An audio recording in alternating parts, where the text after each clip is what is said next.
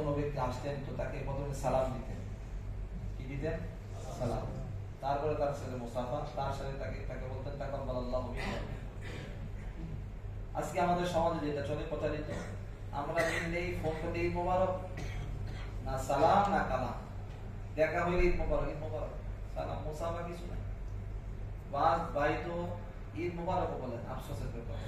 ঈদ মোবারক বলা কোনো দূষণীয় ব্যাপার না, বলা যাবে, কোনো সমস্যা নেই। সুন্নত হলো তাকাব্বালাল্লাহু মিন্না ওয়া মিনকা বলা। এবং সিস্টেম হলো, নিয়ম হলো, যেটা ইসলামের মুসলমানদের কালচার, প্রচলিত আমল, যেটা মুসলমানদের ঐতিহ্য ছিল। প্রথমে মুসলমান যখন অন্য মুসলমান ভাইয়ের সাথে মিলিত হবে, সর্বপ্রথম যে কাজটা করবে হলো সালাম দিবে। আসসালামু আলাইকুম ওয়া রাহমাতুল্লাহি ওয়া বারাকাতুহু। সালামের মতলব কি? একজন সালাম দিলেন, অর্থাৎ তার জন্য সালামতি, রহমত, বরকতের জন্য দোয়া করবেন। আল্লাহ তাআলা আপনার সালামতি, রহমত, বরকত বর্ষণ করেন। উনি উত্তর দিলেন ওয়া আলাইকুমুস সালাম ওয়া রাহমাতুল্লাহি ওয়া বারাকাতুহু। যেরকম উনি দোয়া করলেন, উত্তরদাতা ওরকম দোয়া করলেন, আল্লাহ তাআলা তোমার উপর সালামতি, রহমত, বরকত নাযিল করেন। কত সুন্দর! এটার দ্বারা রাসূল করিম সাল্লাল্লাহু আলাইহি ওয়াসাল্লাম বলেন, একজন মুসলমান আরেকজন মুসলমানের ভিতরে মহব্বত পয়দা হয়, ভালোবাসা পয়দা হয়। সুবহানাল্লাহ। যদি কোনো শত্রু থাকে, একদম চিরকালের শত্রু, তার চেহারা দেখো আপনি ভালো মনে করেন না, সে যদি আপনাকে বারবার সালাম দেয়, আপনার দিলকে আল্লাহ নরম করে দেবে। সুবহানাল্লাহ। আর আপনাদের সালামের বিনিময়ে দুশমন খতম হয়ে যাবে, মহব্বত পয়দা হবে। এটা রাসূল করিম সাল্লাল্লাহু আলাইহি ওয়াসাল্লামের কথা, হাদিস।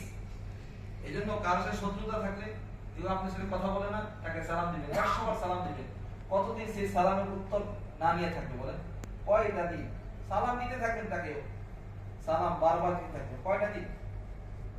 একদিন বলবেন ওয়া আলাইকুমুস সালাম ওয়া রাহমাতুল্লাহি ওয়া বারাকাতুহু, আপনাকে কোলে জড়াই নিবে।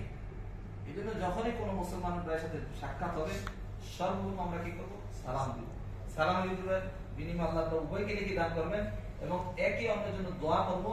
আর এর দ্বারা আল্লাহ তাআলা আপসের ভিতরে ভালোবাসা বাড়াই দিবেন, পারস্পরিক সম্পর্ক আল্লাহ তাআলা বৃদ্ধি করে দিবেন।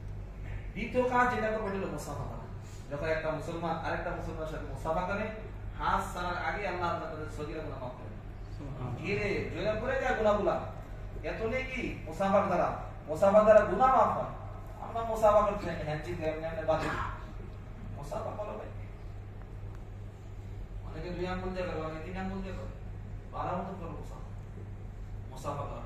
এটা মুসলমানের কালচার, সভ্যতা, এটাই আমল। এটা